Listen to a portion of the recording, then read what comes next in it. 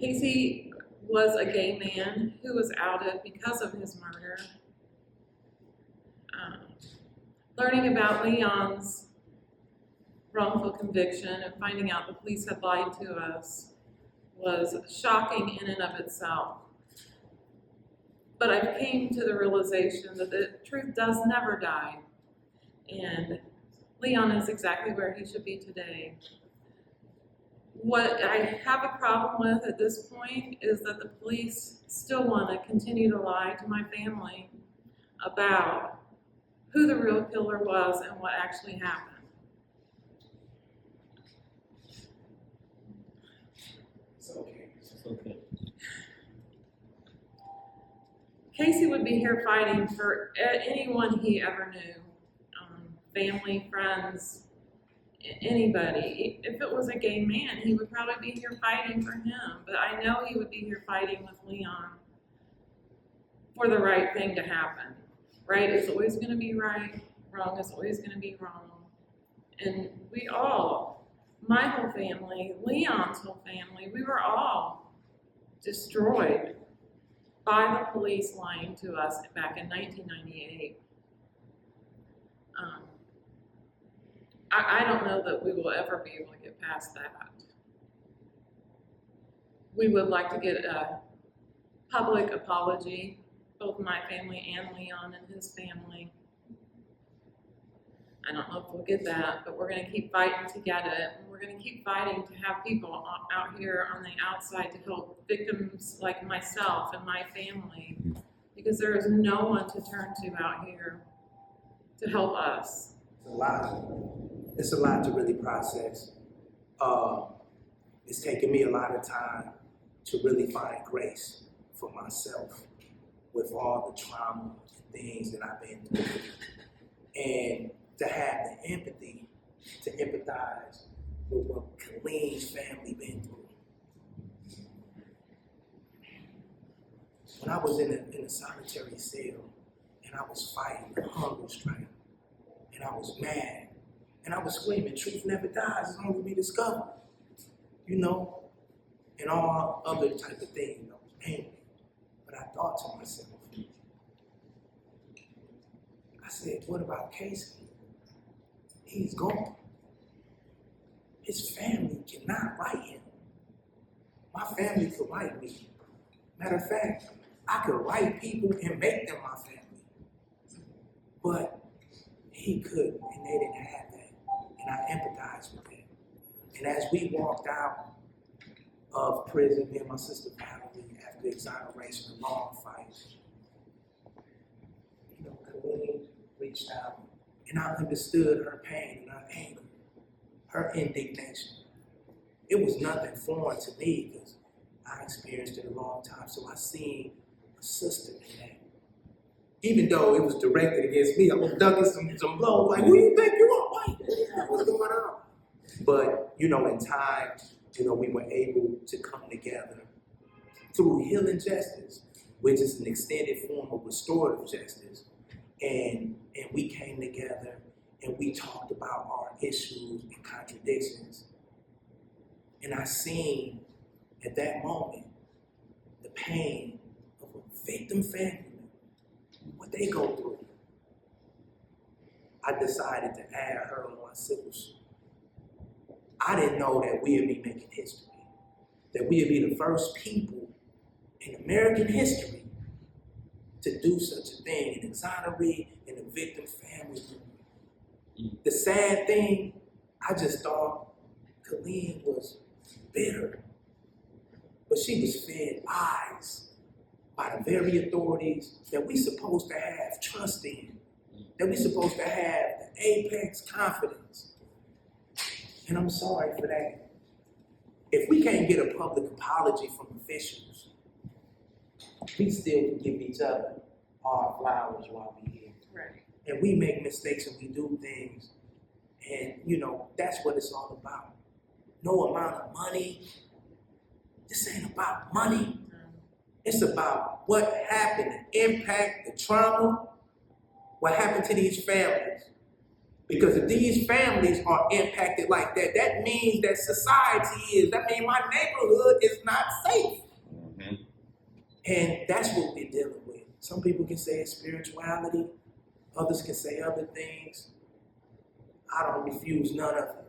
It's trauma. And we got to live with that the rest of the days of our lives.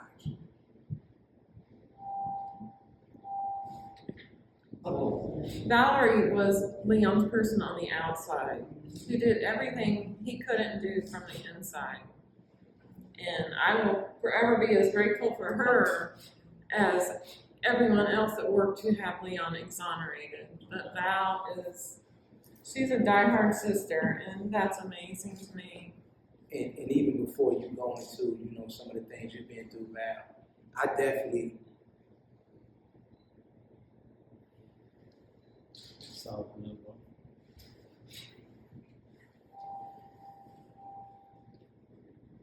this is my baby sister. My little baby. Throwing rocks into prison for me, you know what I mean? One day they crack, and it's so hard to really express the deep, deep gratitude of having a family member to ride out with you. So I want you to know that this is healing. This is trauma on trauma. So it just got watered down a little bit. Tears on a soaking soul, you know what I mean? But you are appreciated, sister, and definitely, I know you reliving your trauma when you say this. So, definitely, we're here to support you in that too as well. Well, it's been a long journey, y'all. It's been a long, long journey. I would say in 2010, when I just really just got really serious. I mean, I was already serious, but I just really just seen the light. I started reaching out to their family, to the victim family. I talked to your mother, to the mother of Jackie first. Then I talked to Kolleen, talked to her second, and then the brother as well. Because I seen it, I seen that the system is not broken. It's designed. It's designed to break us, and with lies, And I saw that, and I'm like, wow. They just kidnapped my brother. They knew that he didn't do it. They knew that he didn't do it from the start, and I knew that, And to know, I would say, when I reached out to just looking at, the Crime Stopping report, Latasha Shepard, I reached out to her, which is the guy that committed the crime, Joseph Webster's girlfriend. And I'm like, here's the weapon. He got killed with a 380. I mean, it was just, the evidence was clear from day one. And they knew that they had the wrong person. And this guy, to me, is an insult. For him to be still out here, just free, Joseph Webster is free. He's being protected by the FBI, and it's a shame. And I see why it was so hard and so complex, because you fighting a system. You find a lying system that want to keep the lie, want to conceal this lie.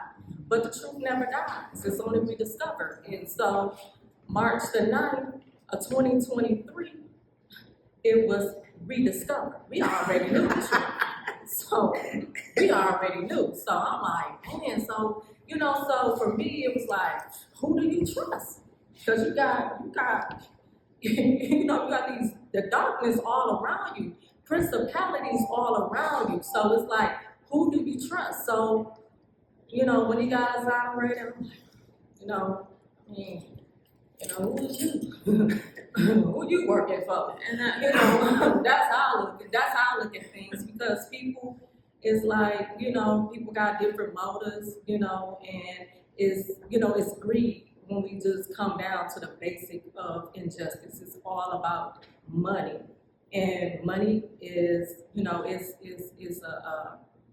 It's greed and it's a disease, and it impacts us all. You know what I'm saying? She impacted by it. I'm impacted by it. My sister. You know, the community is impacted by this greed, by money. No, this is my second time. This is the second common unity event that we push. You know, I really felt that it was really important to use my platform as an exoneree. For one, people would never really feel what I've been through 25 years, 10 years in solitary confinement. And that's not my agenda. However, I know I got a unique platform because everybody don't walk out them doors, you know? And it's on me to be humble. People don't know the things that I know. So what I'm doing is I'm using this platform as an exoneree to get to the community. So that's why it's common unity, that equal community. So it's not about Leon Benson, it's about Kolleen. It's about Valerie. It's about you. And this year, when you got common unity, see us now. What I'm talking about is see us now. Because in this fragmented society that's often driven by capitalism, often driven by transactional relationships and individualism, there's no other time like now that we should stand together as Americans and be us and we. So that's why I come back my second time around. And I'm going to keep coming back. And again, you know.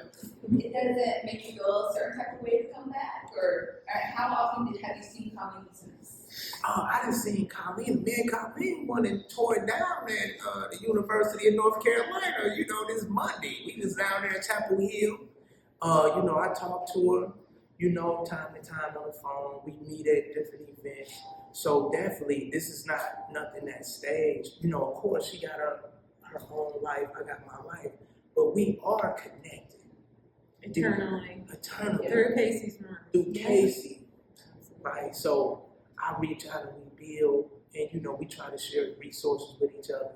And that's the only thing you can do. And that's what restorative justice is about, is accepting the fact that time is gone.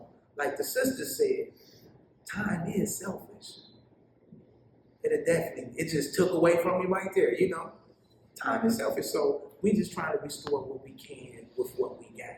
And the best thing that we got is each other.